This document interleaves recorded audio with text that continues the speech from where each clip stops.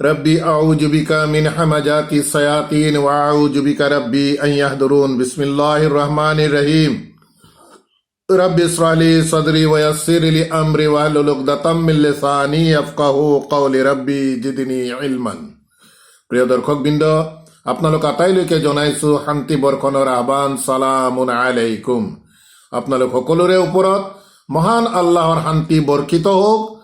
বিশ্বজগতৰ প্ৰতিপালকৰ তৰফৰ পৰা নাজিলকৃত এই বিস্ময়কৰ মহাগ্ৰন্থ আল কোৰআনৰ অসমীয়া অনুবাদ চৰ্চাৰ ধাৰাবাহিকতাৰ আজিৰ 138 নং খণ্ডটিলৈ মই মুক্তাবুল হুছেইনে আপোনালোক সকলোকে জাতি ধৰ্ম বৰ্ণ নিৰ্বিশেষে আমন্ত্ৰণ জনাইছো।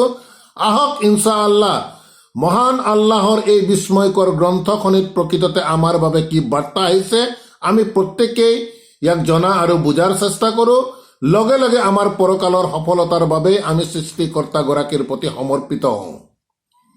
প্ৰিয় দৰ্শকবৃন্দ, আমাৰ আজিৰ এই অনুবাদ চৰ্চাৰ ধাৰাবাহিকতা আৰম্ভ কৰাৰ আগতেই আমি আপোনালোকক আহ্বান জনাব বিচাৰিছো, অনুৰোধ জনাব বিচাৰিছো যাতে আজিৰ আৰম্ভণিৰ আমাৰ যি প্ৰথম 2টি বা 3টি আয়াত অৰ্থাৎ সূৰা আল আনামৰ 151, 52, 53 নং আয়াত কেইটি আমি প্ৰত্যেকেই যাতে অতি গভীৰতাৰে অতি সূক্ষ্মভাৱে আমি ইয়াক অধ্যয়ন কৰাৰ চেষ্টা কৰোঁ আৰু বুজাৰ চেষ্টা কৰোঁ। যেহেতু এই আয়াত 2-3টিয়ে প্ৰকৃততে মুত্তাকি কোন যদি কোনোবাই চাব বিচাৰে, আল্লাহে এই আয়াতৰ দ্বাৰা আমাক দৃশ্যমান কৰি দিছে যে প্ৰকৃততে মুত্তাকি কোন। এই আয়াত 2-3টিৰ দ্বাৰা কোনোবাই যদি চাব বিচাৰে যে সিৰাতাল মুস্তাকিম কি, আল্লাহে আমাক এই আয়াতকেইটাৰ দ্বাৰা আমাক স্পষ্টভাৱে দৃশ্যমান কৰি দিছে। ইয়াৰ উপৰিও আমি হাৰাম বুলি কোৱাৰ লগে লগে বিষয়বস্তু আমাৰ গৰিষ্ঠ সংখ্যকৰে কেৱল খাদ্য বস্তুৰ ভিতৰতে এই হাৰাম শব্দটো আমাৰ সীমাবদ্ধ হৈ আছে, আমাৰ গৰিষ্ঠ সংখ্যকৰ কনচেপ্টত যে অমুকটো খোৱাটো হাৰাম, অমুকটো হালাল ইত্যাদি ইত্যাদি। কিন্তু মহান আল্লাহে খাদ্য বস্তুৰ ক্ষেত্ৰত নিৰ্দিষ্টভাৱে কি হাৰাম কৰিছে সেই বিষয়ে আমি পাই আহিছোঁ যে মৃত জন্তু, প্ৰবাহিত ৰক্ত আৰু গাহৰিৰ মাংস এক্সক্লুচিভলি এই তিনিটি খাদ্য বস্তুক আল্লাহে হাৰাম বুলি ঘোষণা কৰিছে খোৱা বস্তুৰ ক্ষেত্ৰত। কিন্তু আমাৰ কনচেপ্ট অনুযায়ী আমি যেহেতু ভাবি থাকোঁ যে এই হাৰাম শব্দটো আমাৰ খোৱা বস্তুৰ ক্ষেত্ৰতেই যে সীমাবদ্ধ হৈ আছে, এই কথা প্ৰকৃততে তেনে নহয়। মহান আল্লাহে অতি স্পষ্ট ভাষাৰে এই আয়াত 2-3টিৰ দ্বাৰা আমাৰ আগত প্ৰকাশ কৰিছে যে এই খোৱা বস্তুৰ উপৰিও আমাৰ আল্লাহে দিয়া যি জীৱন ব্যৱস্থা দিন, সেই জীৱন ব্যৱস্থাত খাদ্য বস্তুৰ উপৰিও আৰু কি কি বিশেষ বিশেষ বস্তু আল্লাহৰ ফালৰ পৰা হাৰাম কৰিছে অতি স্পষ্ট ভাষাৰে আল্লাহে ইয়াত আমাক বৰ্ণনা তথা ব্যাখ্যা কৰি দেখুৱাইছে। গতিকে আহক ইনশাআল্লাহ আমি আৰম্ভ কৰোঁ কোৰআন মজিদৰ 6 নং সূৰা আল আনামৰ 151 নং আয়াতৰ পৰা। বিসমিল্লাহিৰ ৰহমানিৰ ৰহিম।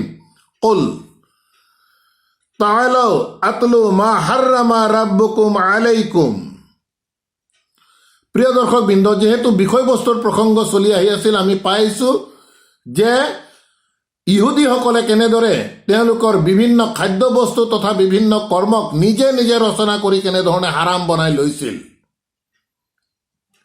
গতিকে সেই প্ৰসংগৰ ধাৰাবাহিকতাৰ লগত সংগতি ৰাখি মহান আল্লাহে মুহাম্মদ সাল্লাল্লাহু আলাইহি সাল্লামক আদেশ দি কৈছে, কুল কোৱা,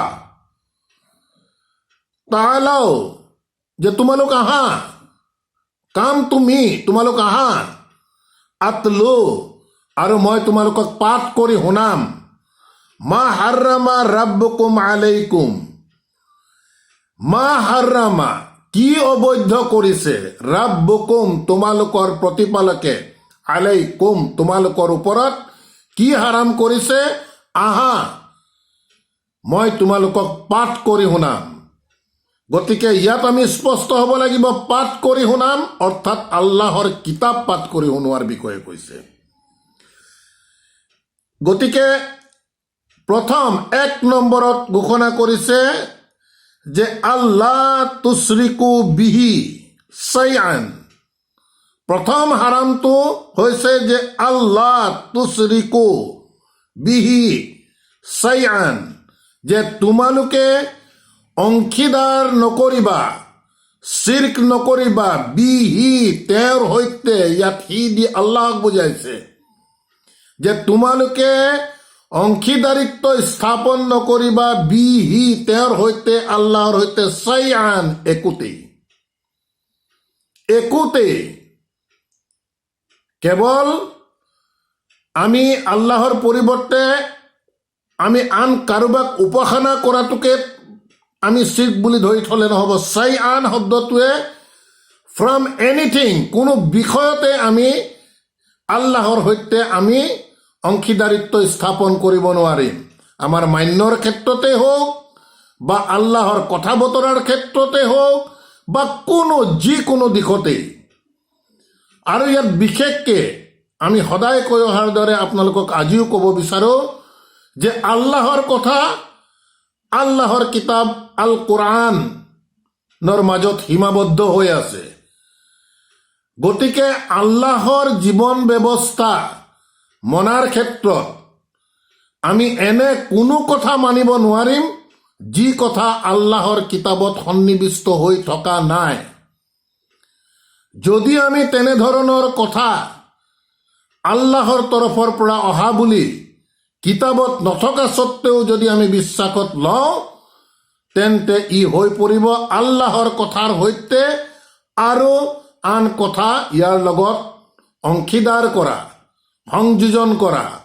নিশ্চিতভাৱে এনেবোৰ দিশো আল্লাহৰ এই প্ৰথম যিটো বিষয় কৈছে যে লা আশৰাকু বিহি শাইআন, যে তেওঁৰ সৈতে কোনো ধৰণৰ অংশীদাৰিত্ব নকৰিবা বুলি কোৱা বিষয়টো ইয়াতে প্ৰথমতে আমাৰ ভায়লেশ্যন হ'ব। আল্লাহৰ এক্সক্লুচিভ কথা আল কোৰআনৰ মাজত সীমাবদ্ধ হৈ আছে। এই দিশটো আমি আপোনালোকক সদায় কোৱাৰ দৰে আজি সোঁৱৰাই দিব বিচাৰিছোঁ। গতিকে ইয়াত কৈছে শাইআন, কোনো ক্ষেত্ৰতে আল্লাহৰ সৈতে তোমালোকে অংশীদাৰিত্ব স্থাপন নকৰিবা। ৱাবিল ৱালিদাইনি ইহছানান, আৰু তোমালোকৰ পিতা মাতাসকলৰ সৈতে ইহছানান, সৎ ব্যৱহাৰ কৰিবা, সন্মান সহকাৰে কথা পাতিবা। গতিকে পিতা মাতাৰ সৈতে সন্মান সহকাৰে কথা পতাটো আল্লাহৰ হুকুম। যদি আমি সন্মান সহকাৰে সৎ ব্যৱহাৰ যদি আমি কোনোবাই আমাৰ পিতা মাতাক নিদিওঁ, সেই নিদিয়াটো আল্লাহৰ দৃষ্টিত হাৰাম হ'ব।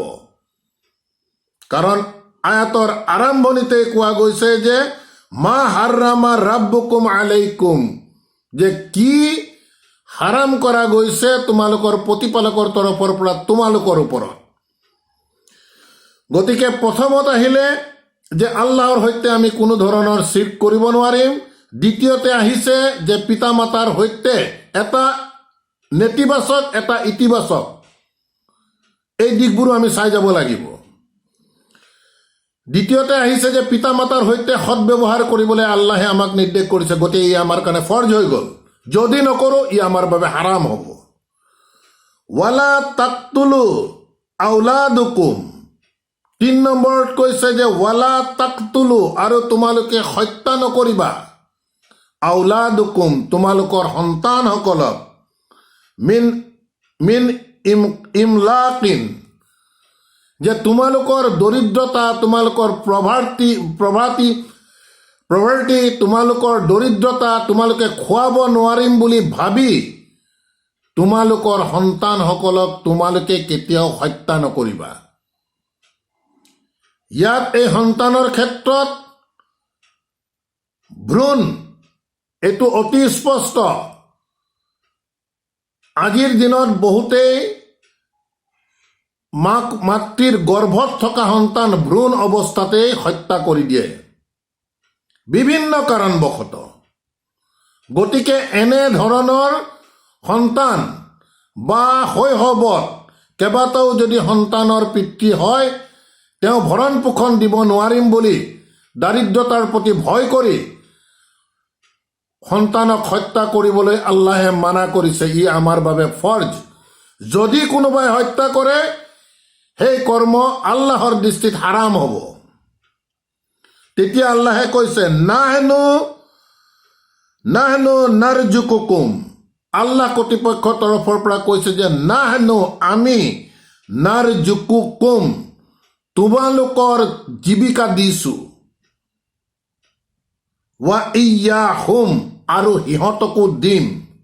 অৰ্থাৎ সন্তানসকলকো, যেহেতু আমি তোমালোকৰ জীৱিকা দিছো, গতিকে আমি তোমালোকৰ সন্তানসকলকো সিহঁতকো আমি জীৱিকা দিম। গতিকে তোমালোকে এই দাৰিদ্ৰতাৰ ভয়ত তোমালোকৰ সন্তানসমূহক তোমালোকে কেতিয়াও হত্যা নকৰিবা। প্ৰিয় দৰ্শকবৃন্দ, আমি সদায় কৈ আছো আয়াত লৈ আমাক চিন্তা কৰিবলৈ আল্লাহে যেহেতু কৈছে, ইয়াত যিটো শব্দ আহিছে নাহনু আমি, নাৰজুকুকুম তোমালোকক আমি ৰিজক দিছো, আল্লাহে কৈছে। এই দিশটো আমি খুব গুৰুত্ব সহকাৰে এইবাবে আমি চোৱাৰ প্ৰয়োজন, কাৰণ আমি যি কৰ্ম কৰিছো, ব্যৱসায় বাণিজ্যই হওক বা চাকৰি বাকৰিয়ে হওক বা যিকোনো উপায়েৰে যেতিয়া আমি ধন সম্পদ আমি ইনকাম কৰিম, আমি সদায় আমাৰ মনত থাকে যে আমি কৰিছো, মই কৰিছো, আমুকটো ব্যৱসায় মই কৰাৰ কাৰণে আজি মোৰ ইমান টকা, আমুকটো চাকৰি কৰাৰ কাৰণে আজি মই এনেধৰণৰ বৃহৎ পৰিমাণৰ দৰমহা পাইছো, তাৰ পৰা মই চলিছো। কিন্তু নহয়, আল্লাহে কৈছে এই টকা পইচা ধন সম্পত্তি প্ৰকৃততে তোমালোকৰ দ্বাৰা কৰোৱা গৈছে হয়, কিন্তু দিছো মই, আল্লাহে কৈছে আমি দিছো। নাহনু নাৰজুকুকুম, এই নুন দি আল্লাহক আমি বুজাই আছে, কুম তোমালোকক। গতিকে এই দিশবোৰো আমি খুব খুঁটি নাটি মাৰি আমি আয়াত এটা যেতিয়া অধ্যয়ন কৰিম আমি চাই যাব লাগিব। আমি যোনে যি আমাৰ জীৱিকা পাইছো, এই জীৱিকা প্ৰকৃততে আমাৰ দ্বাৰা আমি পোৱা নাই, এই কথা একেবাৰে সত্য। আল্লাহে দি আছে। যদি আল্লাহে দিবলৈ ইচ্ছা নকৰে, আমাৰ কোনো ধৰণৰ আমাৰ শক্তি নাই আমি আমাৰ জীৱিকা উপাৰ্জন কৰি ল'বৰ বাবে। এই কথাবোৰত আমি নিশ্চিত বিশ্বাসী হ'ব লাগিব। তাৰ পাছত কৈছে ৱালা তাকৰাবুল ফাৱাহিশাতান, ৱালা তাকৰাবু, আৰু তোমালোকে কাষলৈও নাযাবা, আল ফাৱাহিশা, অশ্লীলতাৰ তোমালোকে কাষলৈও নাযাবা, মা জাহাৰা মিনহা, সেই অশ্লীলতা যদি প্ৰকাশ্যেও হয়, ৱামা বাতানা, অথবা গোপনে অদৃশ্য আনে নেদেখাকেও হয়। গতিকে এই অশ্লীলতাৰ বিষয়ে আৰু বৰ বিশেষ ভাঙি কোৱাৰ মই ভাবোঁ প্ৰয়োজন নাই, প্ৰত্যেকেই বুজি পাইছে অশ্লীলতা দি প্ৰকৃততে আল্লাহে কি বুজাব বিচাৰিছে। গতিকে প্ৰকাশ্যেও আমাক অশ্লীলতাৰ কাষলৈ যাবলৈ মনা কৰিছে, বা গোপনে আমি ভাবি থাকিম যে কোনো দেখা নাই, কেৱল মই আৰু মোৰ সংগীয়েহে দেখা পাইছে, অবৈধ সংগীয়ে। গতিকে তেনেধৰণৰ গোপন অশ্লীলতাৰো আল্লাহে কাষলৈ যাবলৈ মানা কৰিছে। গতিকে আল্লাহে মানা কৰিছে, যদি আমি যাওঁ সি আমাৰ বাবে হৈ পৰিব হাৰাম। বিষয়বস্তুৰ শব্দত আমি এমফেচাইজ কৰিব বিচাৰিছো, খাদ্য বস্তুৰ উপৰিও প্ৰকৃততে আল্লাহে স্পষ্ট ভাষাৰে কিহক হাৰাম বুলি কৈছে, সেই দিশটো আমি দাঙি ধৰাৰ চেষ্টা কৰিছো। তাৰ পাছত কৈছে ৱালা তাকতুলু নাফসা, আৰু তোমালোকে কোনো প্ৰাণক হত্যা নকৰিবা, কোনো জীৱক হত্যা নকৰিবা। ইয়াত নাফসাৰ কাৰণ আমি এইবাবেই জীৱ কৰিছো, যেহেতু ইয়াত যদি আমি মানুহ বুলি ধৰো ইয়াৰ অৰ্থ, তেন্তে আল্লাহে কেৱল মানুহে হত্যা কৰিবলৈ মানা কৰিছে। আন জীৱ জন্তু আমি অকাৰণতে আমি যধে মধে যাক মন গ'ল তেতিয়াই যি মন গৈছে আমি মাৰি আছো বিনা কাৰণত, এই দিশবোৰ তাৰ পৰা আঁতৰি যাব। গতিকে আজিৰ গৱেষণালব্ধ অধ্যয়নে প্ৰসংগৰ লগত সংগতি ৰাখি ইয়াত এই নাফছটোক প্ৰাণ বুলি অনুবাদ কৰিব বিচাৰিছে। গতিকে কৈছে ৱালা তাকতুলু, আৰু তোমালোকে হত্যা নকৰিবা আন্নাফচান আল্লাতি হাৰামাল্লাহ, যিটো আল্লাহে অবৈধ কৰিছে, যিটো হাৰাম কৰিছে, তেনেধৰণৰ কোনো প্ৰাণ তোমালোকে ধ্বংস নকৰিবা। ইল্লা বিল হাক্কি, এক্সেপ্ট যদি ইয়াৰ কোনো নিৰ্দিষ্ট কাৰণ থাকে, অনিবাৰ্য কাৰণবশত যদি হত্যা কৰিব লগা হয়।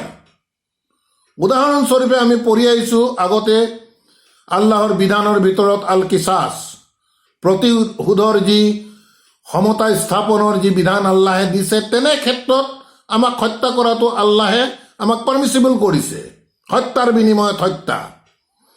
গতিকে ইল্লা বিল হাক্কি, বা আৰু যদি আমি কিছু গভীৰতালৈ যাওঁ, আমি বিভিন্ন ধৰণৰ আমি প্ৰাণ যিয়ে আমাক ক্ষতি কৰি আছে।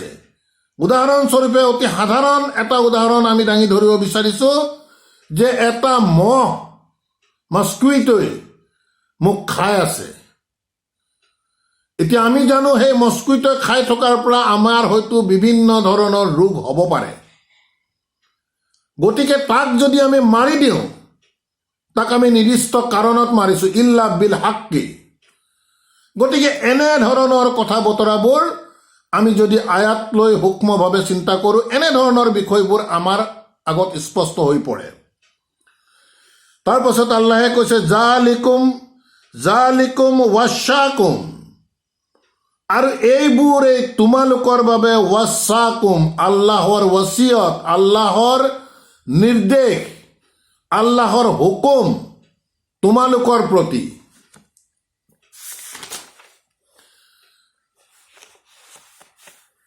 জালিকুম ৱাছাকুম বিহি, আৰু এইবোৰ তোমালোকৰ বাবে উপদেশ, তোমালোকৰ উপদেশ দিয়া গৈছে বিহি। আমি আগতেও কৈছো বিহি, ইয়াত এই কিতাপৰ দ্বাৰা। এইবোৰ তোমালোকৰ বাবে উপদেশ মালা তোমালোকক দিয়া হৈছে বিহি, এই কিতাপৰ দ্বাৰা। যেহেতু আয়াতৰ আৰম্ভণিত আমি পঢ়িছিলো যে তাইলো আতলু, যে আহা মই পাঠ কৰি শুনাম। গতিকে এই আতলুৰ লগতো যদি আমি চাওঁ, তেন্তে এই বিহি শব্দই আমাক কোৰাণ বুজাব, কিতাপ বুজাব, আল্লাহৰ তৰফৰ পৰা অহা। গতিকে আল্লাহে ইতিমধ্যে যিকেইটা বিষয়বস্তু আমাৰ আগত 151 নং আয়াতত দাঙি ধৰিছে, কৈছে যে এইবোৰ তোমালোকৰ বাবে আল্লাহৰ তৰফৰ পৰা তোমালোকৰ বাবে অহা ৱচিয়ত, উপদেশ মালা, নিৰ্দেশ তোমালোকক দিয়া হৈছে বিহি, এই কিতাপৰ দ্বাৰা।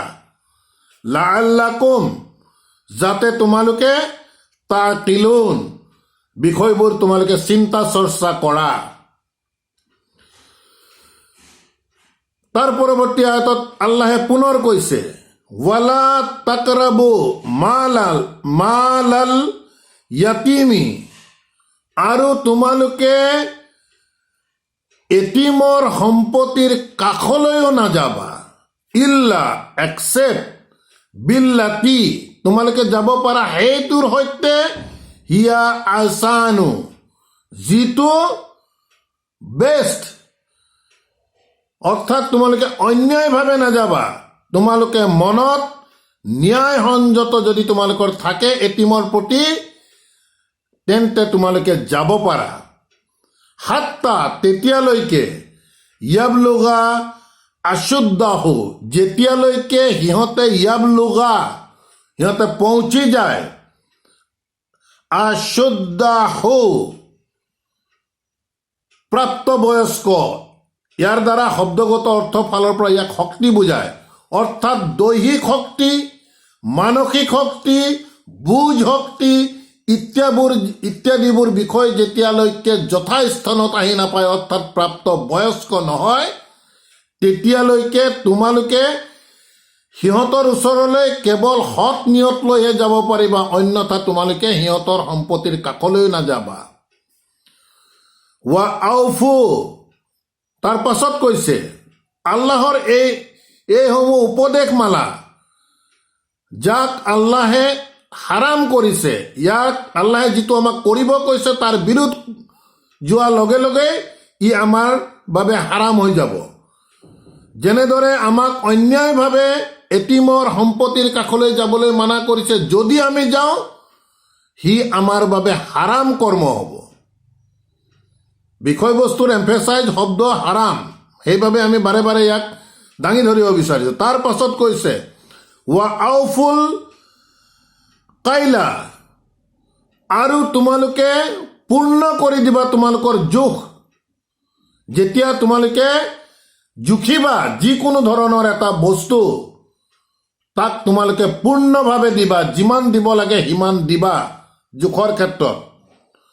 ৱাল মিজানা বিল কিস্তি, আৰু ওজনৰ ক্ষেত্ৰত মিজান ভাৰসাম্য, আৰু ওজনৰ ক্ষেত্ৰত বিল কিস্ত, তোমালোকে ন্যায়সংগতভাৱে ওজন কৰিবা। অৰ্থাৎ আমাৰ সাধাৰণ ভাষাত যিটো প্ৰচলিত আছে ফেৰ, তাৰ পৰা তোমালোকে আঁতৰি থাকিবা। তোমালোকে এই জোখ মাপ বা ওজনৰ ক্ষেত্ৰত আল্লাহে কৈছে যিমান দিব লগা আছে তোমালোকে সিমান পূৰ্ণ কৰি দিবা ন্যায়সংগতভাৱে, আৰু যদি নকৰা ই তোমালোকৰ বাবে হাৰাম হ'ব। বিষয়বস্তু হাৰাম চলি আছে। তাৰ পাছত আল্লাহে কৈছে লা নুকাল্লিফু নাফসান, যে আমি কোনো মানুহকেই এনে অতিৰিক্ত বুজা চাপি নিদিওঁ, ইল্লা উসাহা, একচেপ্ট যিটো তেওঁ বহন কৰিব পাৰে সেইটোহে আমি দিওঁ। অতিৰিক্তভাৱে আমি কোনো মানুহক কোনো ধৰণৰ বুজা নিদিওঁ। তাৰ পাছত পুনৰ আল্লাহে কৈছে ৱাইজা কুলতুম ফাদিলু, আৰু যেতিয়া তুমি মানুহৰ সৈতে কথা পাতিবা, ৱাইজা কুলতুম, যেতিয়া তোমালোকে কথা পাতিবা, ফাদিলু, তোমালোকে সংযতভাৱে কথা পাতিবা, ন্যায়ভাৱে কথা পাতিবা। যদি তোমালোকে কোনো এটা বিচাৰৰ ক্ষেত্ৰতে হওক বা যিকোনো ক্ষেত্ৰতে হওক মানুহৰ লগত কথা বতৰা অসংযতভাৱে আল্লাহে পাতিবলৈ মনা কৰিছে। অন্যায়, সদায় ন্যায়ৰ ওপৰত থিয় হৈ কথা পাতিবলৈ কৈ আছে আল্লাহে। ৱালাউ কানা যা কুৰবা, যদিও তোমালোকে কোৱা কথাটো যদি তোমালোকৰ কোনোবা নিকটতম আত্মীয়ৰ বিৰুদ্ধেও ক'ব লগা হয়, তথাপিও তোমালোকে হক কথা ক'বা, আৰু যদি নোকোৱা তোমালোকৰ বাবে হাৰাম হৈ যাবহি। তাৰ পাছত কৈছে ৱাবি আহদিল্লাহি আউফু, আৰু আল্লাহৰ সৈতে যি অংগীকাৰ, আউফু, তাক পূৰ্ণ কৰা। আমি সূক্ষ্মভাৱে যেতিয়া আয়াতবোৰ চাম, আল্লাহৰ সৈতে আমি কি অংগীকাৰ কৰিছোঁ, একেবাৰে সূৰা ফাতিহাৰ আৰম্ভণিতে আছে আলহামদুলিল্লাহি ৰাব্বিল আলামিন আর রহমান আর রহিম মালিকি ইয়াউমিদ্দিন ইয়্যাকা না'বুদু ওয়া ইয়্যাকা নাস্তাইন, যে আমি একমাত্র তোমাৰেই গোলামি কৰিম, তোমাৰেই ইবাদত কৰিম, আৰু আমি একমাত্ৰ তোমাৰেই আমি সাহায্য প্ৰাৰ্থনা কৰিম। যদিও ইয়াক ইবাদত আৰু সাহায্য দুটা শব্দ, কিন্তু ইয়াৰ পৰিসীমা বিশাল হৈ আছে। আমি চিন্তা কৰিলে বিষয়বোৰ পাম। গতিকে এনেধৰণৰ কথা বতৰাবোৰ যিহেতু আমি সূৰা ফাতিহাত, আমি সালাতত সদায় পঢ়ি আছো, ই আল্লাহৰ সৈতে কৰা আমাৰ অংগীকাৰ। গতিকে ইয়াত কোৱা গৈছে যে তোমালোকে আল্লাহৰ সৈতে যি অংগীকাৰ কৰিছা তাক পূৰ্ণ কৰা, যদি নকৰা ই তোমালোকৰ বাবে হাৰাম হ'ব। বিআহদিল্লাহি ওয়াউফু জালিকুম, এইবোৰ তোমালোকৰ বাবে, ওয়াসাকুম বিহি, তোমালোকৰ বাবে ওয়াসিয়ত কৰিছে এই কিতাবৰ দ্বাৰা, তোমালোকৰ বাবে হুকুম কৰিছে এই কিতাবৰ দ্বাৰা, তোমালোকৰ বাবে উপদেশ দিছে এই কিতাবৰ দ্বাৰা। বিষয়বস্তু কিতাপ, কিতাবৰ বাহিৰত 1 ইঞ্চিৰ কথা বতৰা আল্লাহৰ কিতাবত আপুনি বিচাৰি নাপায়। আৰু কিহৰ কাৰণে কৈছে লাআল্লাকুম তাজাক্কাৰুন, যাতে তোমালোকে কথাবোৰ মনত ৰাখা। যাতে কথাবোৰ তোমালোকৰ মাজত আলোচনা বিলোচনা কৰা, যাতে তোমালোকে স্মৰণ কৰি ৰাখিব পাৰা আল্লাহে কি হাৰাম কৰিছে। তাৰ পাছৰ আয়াতত আল্লাহে কৈছে ওয়া আন্না হাজা সিৰাতি মুস্তাকিমান, আৰু এইটোৱেই সিৰাতি, ইয়া মুতাকাল্লিম আছে, আল্লাহে কৈছে মোৰ পথ, এইটোৱেই মোৰ পথ, মুস্তাকিম সৰল ষ্ট্ৰেইট পাথ। গতিকে প্ৰিয় দৰ্শক বৃন্দ, সিৰাতাল মুস্তাকিম কোনো কাল্পনিক এটা পথ নহয়, সম্পূৰ্ণভাৱে ই এক বাস্তৱ পথ। আয়াতে আমাক অতি সুন্দৰভাৱে আমাক দেখুৱাই দিছে যে সিৰাতাল মুস্তাকিম কি। গতিকে আমি আৰম্ভণিতেই কৈছিলো, যদি কোনোবাই চাব বিচাৰে সিৰাতাল মুস্তাকিম কি, চাই লওক কোৰাণৰ ভিতৰত আল্লাহে সিৰাতাল মুস্তাকিম প্ৰকৃততে কি আল্লাহৰ নিজৰ সিৰাতি বুলি কৈছে, এয়াই মোৰ পথ, মুস্তাকিম সৰল পথ। গতিকে প্ৰিয় দৰ্শক বৃন্দ, আমি সদায় কৈ আহিছো, আমি সূৰা ফাতিহাত প্ৰত্যেকেই সদায় কৈ আহিছো যে ইহদিনা সিৰাতাল মুস্তাকিম, এই সিৰাতাল মুস্তাকিম কোনো কাল্পনিক পথ নহয়। আল্লাহে ইচ্ছা কৰিলে আমাক সিৰাত হিদায়ত দিব, সিৰাতাল মুস্তাকিম, এনে কথা বতৰা এনে নহয়। আল্লাহে কোৰাণ একদম পুংখানুপুংখভাৱে আমাক ব্যাখ্যা কৰি দেখুৱাই দিছে, আমুক আমুক বিষয়বোৰ তোমালোকে কৰিবা, আমুক আমুক নকৰিবা। আহা, এই কিতাপৰ পৰা আমি পঢ়ি দেখুৱাই আছো যে তোমালোকৰ বাবে আল্লাহে হাৰাম কি কৰিছে। গোটেই বিষয়বোৰ আল্লাহে প্ৰায় 9-10টা বিষয় আপোনালোকে চাব ইয়াত আছে। এই বিষয়বোৰক আল্লাহে দেখুৱাই কৈছে হাজা সিৰাতি মুস্তাকিম, এইটোৱেই মোৰ পথ সৰল। গতিকে এই সৰল পথ আল্লাহে আমাক দিব বুলি আমি আশা পাতি থাকি নিশ্চিতভাৱে আল্লাহৰ অনুমতি লাগিব। কেতিয়া আল্লাহে অনুমতি দিব? এই কৰ্ম আমি কৰিব লাগিব আল্লাহে কোৱা মতে, আৰু এই কৰ্ম আমি কৰিবৰ বাবে আমি কিতাপ জানিব লাগিব, কিতাপ বুজিব লাগিব।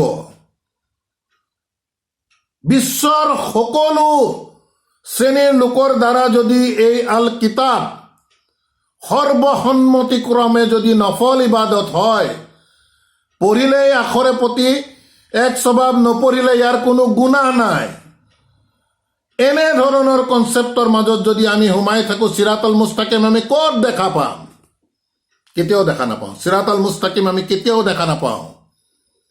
চাবৰ বাবে কোৰাণৰ ভিতৰত সোমাব লাগিব, আল্লাহৰ কথাৰ মাজত সোমাব লাগিব। আমি আপোনালোকক দেখুৱাৰ চেষ্টা কৰিছো আয়াতৰ মাধ্যমত, আমাৰ বিবেচনাৰ দ্বাৰা নহয়।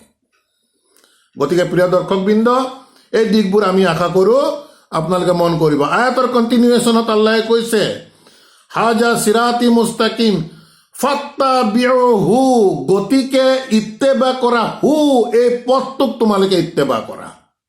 পথটো কি? ইতিমধ্যে আল্লাহে 2টা আয়াতত ব্যাখ্যা কৰি দিছে, আৰু লগে লগে কৈছে ফাত্তাবিউহু, ইয়াক ইত্তেবা কৰা এই পথটো। ৱালা তাত্তাবিউ সুবুলা, আৰু তোমালোকে অনুসৰণ নকৰিবা সুবুলা, ইয়াৰ বাহিৰৰ যিবোৰ অসংখ্য পথ আছে, প্লুৰেলত আছে, ইয়াৰ বাহিৰত যিবোৰ অসংখ্য পথ আছে, আমি বাৰে বাৰে কৈছো কোৰাণৰ বাহিৰৰ, একমাত্ৰ কোৰাণৰ বাহিৰত যোৱাৰ অনুমতি আল্লাহে নাই দিয়া আমাক। প্ৰত্যেকেই ভাবিব পাৰে আমি যি আমাৰ ধৰ্মনীতিত চলি আছো এইটো একেবাৰে শুদ্ধ, কিন্তু আমি আহ্বান জনাম যে কোৰাণৰ মাজত সোমাওক, ভিতৰত সোমাওক, চেষ্টা কৰক। তাৰ পাছত চাওক আপোনাৰ মনে এইটো শুদ্ধ বুলি কৈছে নে নাই কোৱা। যদি আমি পৰকালৰ বিশ্বাসী হওঁ, কিন্তু দুনিয়াৰ যুক্তিবাদীক যদি আমি বিশ্বাসী হওঁ, তেতিয়া কিন্তু আমি দেখা নাপাম। আল্লাহে আমাক সেই অনুমতি নিদিব চাবৰ বাবে। আল্লাহৰ আয়াতেই কৈ আছে, আমি কোৱা নাই। গতিকে কৈছে ৱালা তাত্তাবিউ সুবুলা, আৰু যদি আমি এনেধৰণৰ কোৰাণৰ বাহিৰৰ অসংখ্য পথবোৰক যদি আমি ইত্তেবা কৰো, তেতিয়া কি হ'ব? ফাতাফাৰৰাকা বিকুম আন সাবিলিহি, ফাতাফাৰৰাকা তোমালোকক ফৰক কৰি দিব, ফালি দিব, সেপাৰেট কৰি দিব, বিকুম তোমালোকক, আন সাবিলিহি, তেখেতৰ সেই পথৰ পৰা আল্লাহে যিটো দেখুৱাইছে যে মোৰ পথ, আন সাবিলিহি, তেখেতৰ সেই পথৰ পৰা তোমালোকক ফাৰাক কৰি দিব, তোমালোকক ছেপাৰেট কৰি দিব। সিৰাতুল মুস্তাকিমৰ নাপাবাই, দেখাই নাপাবা তোমালোকে। গতিকে প্ৰিয় দৰ্শকবৃন্দ, এই দিশবোৰ অতি একেবাৰে এটা এটা শব্দত আমি চিন্তা চৰ্চা কৰিব লাগিব। জালিকুম ৱাশাকুম বিহি, আৰু এইবোৰ তোমালোকৰ বাবে এই কিতাপৰ দ্বাৰা উপদেশ দিয়া গৈছে, আদেশ দিয়া গৈছে, ৱচিয়ত কৰা গৈছে এই কিতাপৰ দ্বাৰা। লাআল্লাকুম, যাতে তোমালোক তাত্তাকুন, যাতে তোমালোক মুত্তাকি হোৱা। প্ৰিয় দৰ্শকবৃন্দ, নাজানো আমি আপোনালোকৰ আগত প্ৰকাশ কৰিব পাৰিছো নে নাই। আমি আলহামদুলিল্লাহ কিন্তু অতি সুন্দৰভাৱে আয়াতৰ পৰা দেখিছো যে মুত্তাকি প্ৰকৃততে কোন। আমাৰ যি চিন্তাধাৰা, কাকো বিৰোধ কৰি কোৱা নাই, যে সুন্দৰ পোচাক, লেবাস, দাড়ি, টুপি, কপালত দাগ, ৰোজা ইত্যাদি আমি দেখিয়ে আমি সাধাৰণভাৱে কৈ দিওঁ যে মানুহজন বহুত মুত্তাকি মানুহ। কিন্তু মুত্তাকিৰ সংজ্ঞা এতিয়া আমি কোৰাণত কি পালো? গতিকে আল্লাহেৰ সংজ্ঞাৰ লগত আমাৰ কোনো ধৰণৰ আমাৰ সাজ পোছাক, লিবাস ইত্যাদিৰ কথা ইয়াত কোনো ধৰণৰ সন্নিৱিষ্ট হৈ থকা নাই। ইয়াত নীতি শিক্ষা, মানুহৰ আদৰ্শগত মানুহৰ যি নীতি আদৰ্শ চৰিত্ৰৰ লগত ইয়াত কথা বতৰা আছে। কোনো ব্যাহ্যিকতাৰ লগত ইয়াত দেখোন কোনো ধৰণৰ কথা বতৰা নাই। গতিকে আমি কিহৰ ওপৰত ভিত্তি কৰি আমি ব্যাহ্যিক দৃষ্টিৰ পৰা আমি অতি সহজভাৱে কৈ দিওঁ যে খুব মুত্তাকি মানুহ একে। গতিকে প্ৰিয় দৰ্শকবৃন্দ, এম্ফেচাইজ কৰিব বিচাৰিছো, আমি চেষ্টা কৰিছো কোৰাণৰ প্ৰতিফলন কৰিবৰ বাবে, কাৰো বিৰোধ কৰা বা কাৰো সমৰ্থন কৰাৰ বাবে নহয়। গতিকে আমি আশা ৰাখিম ইনশাআল্লাহ এই দিশবোৰ আপোনালোকে আমি প্ৰত্যেকেই যাতে পুংখানুপুংখভাৱে আমি চিন্তা চৰ্চা কৰোঁ। নিশ্চয় ইয়াৰ দ্বাৰা আল্লাহে স্পষ্ট কৰি দিছে সিৰাতুল মুস্তাকিম কি, মুত্তাকি কি। এই পথ ল'ব পাৰিলে ইনশাআল্লাহ আমি পৰকালত সফল হ'ব পাৰিম। গতিকে আলহামদুলিল্লাহ প্ৰিয় দৰ্শকবৃন্দ, চৰ্চাৰ খাতিৰত আমি যদিও আয়াত বৰ বেছিকৈ আজি আমি অনুবাদ কৰিব নোৱাৰিলোঁ, তথাপিও আমাৰ এই অনুবাদ চৰ্চাৰ ধাৰাবাহিকতা আমি ইমানতে সমাপ্ত কৰিব বিচাৰিছোঁ। ইনশাআল্লাহ পৰৱৰ্তী খণ্ডত পৰৱৰ্তী আয়াতৰ পৰা আমি আগবাঢ়ি যাম। ৰাব্বানা আমান্না বিমা আনজালতা ওয়াত্তাবা'না ৰাসূল ফাকতুবনা মা'আস শাহিদিন ওয়া মা আলাইনা ইল্লাল বালাগ ওয়া মা তৌফিক ইল্লা বিল্লাহ। সালামুন আলাইকুম।